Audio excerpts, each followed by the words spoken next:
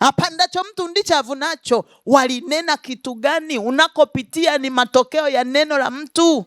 Kwa hiyo kama walisema kwamba hao watu watakufa maskini, lazima utafute neno la Mungu linalosema, mpenzi, naomba ufanikiwe katika mambo yote na kuwa na afya yako kama vile roho yako ifanikiwavyo. Sasa lazima tusimame, walioyapanda wayavune wenyewe. Zimeandikwa habari gani kuhusu wewe? Zimeandikwa habari gani kuhusu watoto wako? Zimeandikwa habari gani kuhusu ndoa yako? Hawataolewa, hawatazaa, hata wakiolewa wasizae. Kama unapotamka neno, malaika wanalifanyia kazi likiwa linatembea katika nuru. Ukitamka neno linalobeba uharibifu, majini na ukuzimu wanatumia lile neno. Na ndio maana kwenye Zaburi ya 103 ule mstari wa 20 anasema, enyi malaika mlitendeao kazi neno na kuitii sauti ya neno lako. Kwa hiyo wao malaika wapo wanasubiri useme. Sasa ukikaa kimya, wao wanasema. Na ndio maana wanakuambia mwanzo wa mwezi, hakikisha umejaza. Usiposema, wao wakisema, atakayetangulia kusema ameshakuwahi tu.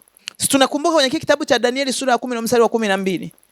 Malaika anapokuja anasema hivi, nimekuja kwa sababu ya neno lako. Ina maana Danieli angenyamaza, malaika asingekuja. Na wewe ukinyamaza, hivyo unavyovitaka havitatokea, kwa sababu msaada unakuja kwa sababu ya neno ulilolinena.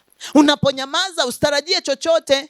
Kwa hiyo neno linaweza likatumwa limebeba uzima, neno linaweza likatumwa limebeba mauti. Ndio anavyotuambia Yohana 6:63. Anasema, maneno niwaambiayo ni roho tena ni uzima. Kwa neno linaweza likaja analokuambia ni roho tena mauti. Akakwambia neno ambalo limebeba nini? Limebeba mauti. Haleluya. Kumbukumbu la Torati 32.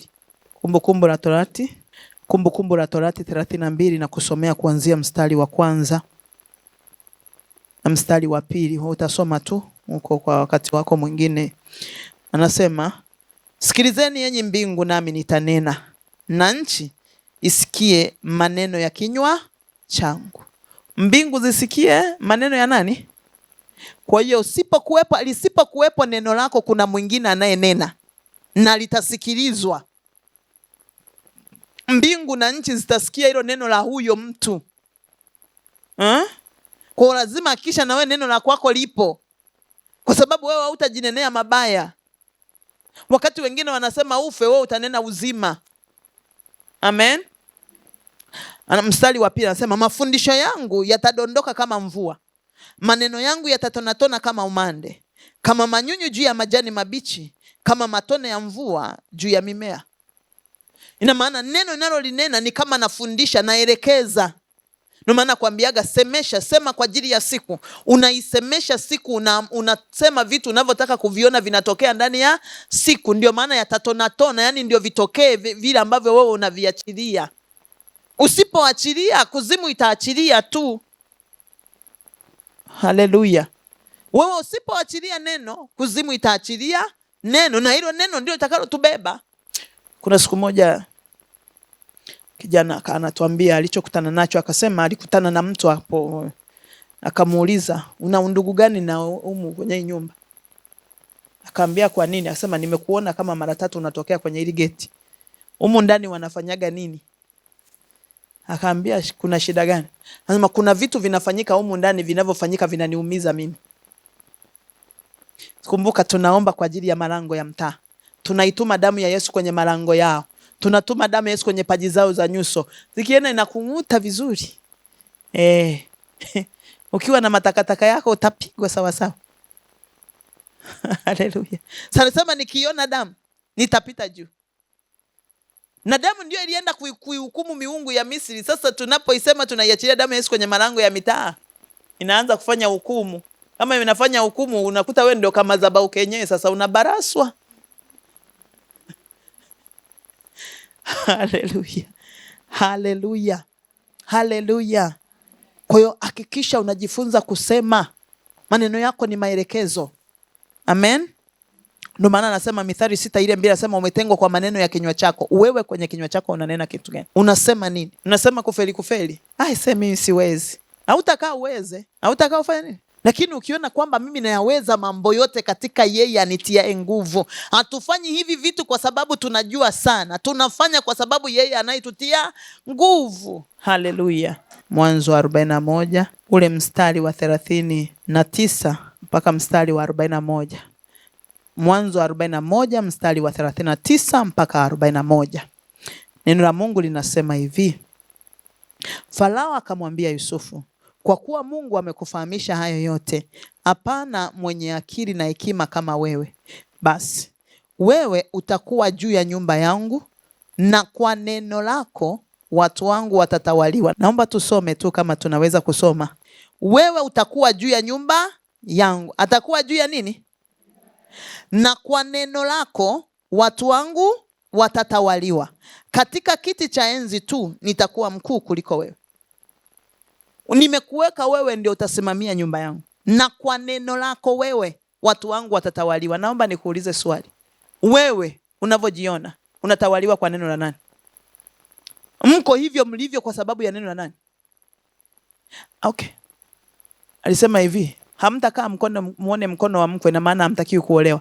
Ina maana kutokuolewa ni matokeo ya neno la mtu. Kwa neno lako watu wangu watatawaliwa. Nyie ni watu wa Mungu, lakini anayewatawala sio Mungu. Anayetawala ndoa yako si Mungu. Anayetawala afya yako si Mungu. Anasema utakuwa mkuu juu ya nyumba yangu. Kwa neno lako watu wangu watatawaliwa. Ninaomba nikuulize mpendwa mtu wa Mungu, ni kwa neno la nani mko kwenye maisha hayo mlionayo? Bwana Yesu asifiwe. Bwana Yesu asifiwe sana. Kwa kumbe kuna mtu ambaye ndiye anasimamia sisi tuishi maisha hayo. Kwa neno lako watu wangu watatawaliwa. Mstari wa 41 anasema, Farao akamwambia Yusufu, tazama nimekuweka juu ya nchi yote ya Misri. Amemweka juu ya familia. Yaani ndiye anatawala kila kitu. Ni kwa neno la nani mko hivyo? Okay, ukisoma kwenye kitabu cha Yona, ile Yona 1 mstari wa 7. Baada ya kuona uharibifu mwingi umetokea, wametupa na mizigo, wafanya nini? Wakasema hapana, tupige kura. Tupate kujua mabaya haya yametupata kwa sababu ya nani? Ndio nakuuliza, mko hivyo kwa sababu ya neno la nani? Mnaishi maisha ambayo tunayaishi kwa sababu ya neno la nani? Maana kila ambacho tunachokipitia ni matokeo ya neno. Sasa kama ni matokeo ya neno, ni neno la nani? Haleluya. Haleluya. Haleluya watu wa Mungu. Okay, Mwanzo 37 ule mstari wa 18. Mwanzo 37 mstari wa 18 mpaka 20. Mwanzo 37:18-20 anasema, wakamuona toka mbali, na kabla hajawakaribia wakafanya shauri juu yake ili wamuue. Wakasemezana wao kwa wao, tazama yule bwana wa ndoto anakuja. Aya, na twende tukamuue na kumtupa katika birika mojawapo, nasi tutasema mnyama mkali amemla, kisha tutaona zitatimiaje ndoto zake. Walimuona toka kumuona toka mbali, sio kwamba yule kule. Alikuwa hata hajawakaribia, alikuwa ni mdogo sana. Ni kwamba wameshaona ni kipi kilichoko ndani ya huyu mtu. Wameshajua huyu mtoto amebeba nini. Wameshajua huyu mtoto atakwenda kuwa nani. Ndio maana wanasema hivi, hata yani hajawakaribia hata nusu, kwamba angalau hata huyu hata kusoma amesoma amemaliza, lakini wameshajua atakuwa nani. Cha kufanya tumkamate, tumuue huyu. Ndio maana hizo hekaheka unazoziona, ndio maana ya hizo bangi, ndio maana na hayo makorokoro unayokutana nayo, ndio hayo magonjwa unayokutana nayo. Kabla ndoto zake hazijatimia, tumkamate, tumuue, tumtupe kwenye birika mojawapo. Umetupwa kwenye birika gani? Birika la magonjwa? Birika la umaskini? Birika la nini ambalo umetupwa ili kwamba usifikie kwenye zile ndoto? Lakini ni kwamba mpaka waliposema tumkamate na tumuue, umetupwa kwenye birika gani rafiki yangu? Wewe unajijua vizuri hapo. Ndo maana huwa nakwambiaga, nasemaga sana na narudia tena. Nasemaga hivi, mimi sio mshabiki wa kuombea mtu bandika mkono tutakuwekea na upara. Katika hili birika mimi sijui birika ulilodumbukizwa, ila we mwenyewe unajijua tu, ulichokosa ni njia ya kupita. Leo Mungu akupe njia ya kupita, utoke kwenye hilo birika katika jina la Yesu. Haleluya. Sasa nitakuombea wakati mimi sijui hata unalala unaumwa au unalala unacheka. Kwa sababu nitakuombea leo, kesho je? Hatuangamii kwa kukosa maombi. Kama ni maombi tunaomba, tunaangamia kwa kukosa maarifa. Hili birika nililodumbukizwa ni birika la aina gani na natokaje? Tumkamate tumtupe kwenye birika mojawapo huyu. Tukisha muua tumtupe huko. Hatupwi mtu, hata hakuna birika itakalo tumeza katika jina la Yesu Kristo. Haleluya. Ndio maana hata yule joka aliachilia mto nyuma ya mwanamke kwamba ule mto umsombe yule mwanamke. Halizi ikamsaidia mwanamke, ikafunua kinywa. Ule mto yalikuwa ni maneno yaliyonenwa ili kwamba kummeza. Kuna mito inatengenezwa kutumeza, kama ambavyo ardhi ilimsaidia mwanamke, na yule mwanamke akaruka akaenda mahali ambapo alikuwa ameandaliwa na Kristo. Bwana akutoe hapa ambapo kuzimu imekuweka kwa jina la Yesu Kristo. Na hakuna mto utakao kumeza, si magonjwa, si uharibifu, si chochote ambacho kuzimu imekipanga. Tutapita lakini hatukai katika jina la Yesu Kristo, kwa sababu Bwana yuko pamoja na sisi. Kupita hilo ni jambo moja, lakini tunachokataa ni kwamba hatutakaa hapo kwa jina la Yesu Kristo. Tunapopita mahali, tunapopitia mahali pagumu, jua kwamba ninatengenezewa msuri wa kuvuka kwa damu ya Yesu. Haleluya. Haleluya. Hata kama wametengeneza mto wa magonjwa, jipe moyo, yeye kwa kupigwa kwake si tulipona kwa damu ya Yesu. Haleluya, haleluya. Ndio maana anasema Ayubu 28 ile 22 23. Ayubu 28 22 23 anasema uharibifu na mauti usema, tumesikia habari zake. Walizisikia kwa nani kama hakuna aliyesema? Ayubu 28 22 23 anasema hivi, tumesikia habari zake kwa masikio yetu wenyewe. Lakini 23 anasema Bwana ndiye ajuaye njia zake na mahali pake anapajua. Pale ambapo kuzimu imelenga kupenyeza kupitia, Bwana ameshapajua. Haleluya. Wanataka wapitie kwenye huo ugonjwa. Kuna mtu mmoja alikuwa ananiambia jana, akasema yani mtumishi nikwambie, yani mimi nimeenda hospitali najua kwamba yani hapa angalau sasa wananiambia unaendelea vizuri, ndio wamenipa kabisa na namba ya daktari wa emergency. Nikamwambia kwa nini? Akasema yani mimi yani siko hivi ambavyo wao wananiona. Nikamwambia ni wao sio wewe, na usivikubali katika jina la Yesu. Hiyo namba waliokupa ipige mbinguni, usiipige kwao kwa jina la Yesu. Haleluya. Haleluya, haleluya. Anasema tumesikia habari zake. Wamesikia zipi? Kwamba huyu sio wa kufanikiwa, huyu sio wa kujenga nyumba. Na ndio maana unakuta mtu unaanzisha kitu vizuri, unaanzisha na moto, kinavofeli, kinavoishia njiani. Mtumishi hapa ametuambia mimi mbona vimeishia njiani sasa. Andika habari za mtu huyu, hawezi kujenga. Biblia inaniambia atajenga nyumba nzuri na ukaa ndani yake. Lazima tukae kwenye nyumba zetu nzuri kwa jina la Yesu. Haleluya. Haleluya, watu wa Mungu. Haleluya, haleluya.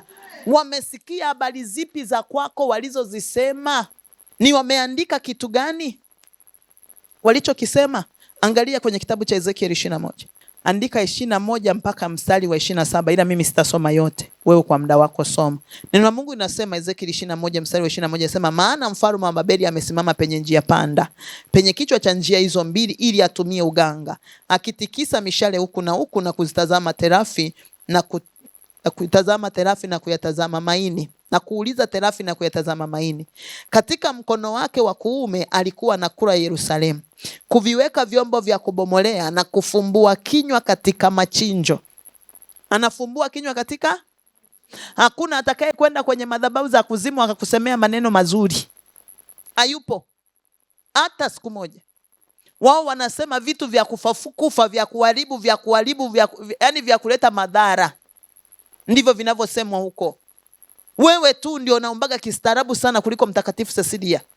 Sasa kama anaweka na vyombo vya kubomolea katika malango, lango la ndoa anataka ndoa ivunjike, lango la afya anataka upate magonjwa ya kukuua, anaweka vitu vya kubomolea, anafumbua kinywa katika machinjo, asemi maneno mazuri hata siku moja. Na ndio maana anasema uharibifu na mauti usema, tumesikia habari zake. Kwa hiyo habari zipo tayari, zimeisha semwa. Uharibifu uko standby kutimiza kile kilichosemwa. Na alipokwenda kwenye hizo madhabahu ameenda na sadaka, sio maini yalikuwa ni ya mtu, sio ya kunguru sijui, lakini ana sadaka. Lakini kwenye mkono wake anakula Yerusalemu. Wewe uko kwenye mikono ya nani? Umeshikiliwa na nani? Anaye control maisha yako? Nani anaendesha maisha yako? Nani anaamua maisha yako? Ni neno la nani ambalo linaamua hivyo ulivyo? Wanaona vitu haviko sawa, wanajiuliza mabaya haya yametupata kwa ajili ya nani? Nani aliyesema haya tu? Yani nani amesema tukawa hivi tulivyo? Sisi tunasema Mungu wasamea, wajui walitendalo. Wanalijua. Bwana Yesu asifiwe. Haleluya. Haleluya, mtu wa Mungu. Kwa hiyo hakikisha wanaposema na wewe umesema. Tafuta kujua kwamba haya maisha ninayoyaishi, haya maisha ni matokeo ya maneno ya nani. Ngoja nikuonyeshe kitu. Kwa sababu neno nikisema, nimekuambia halifanyi nini? Halifi. Lazima litimize kile kilichokusudiwa.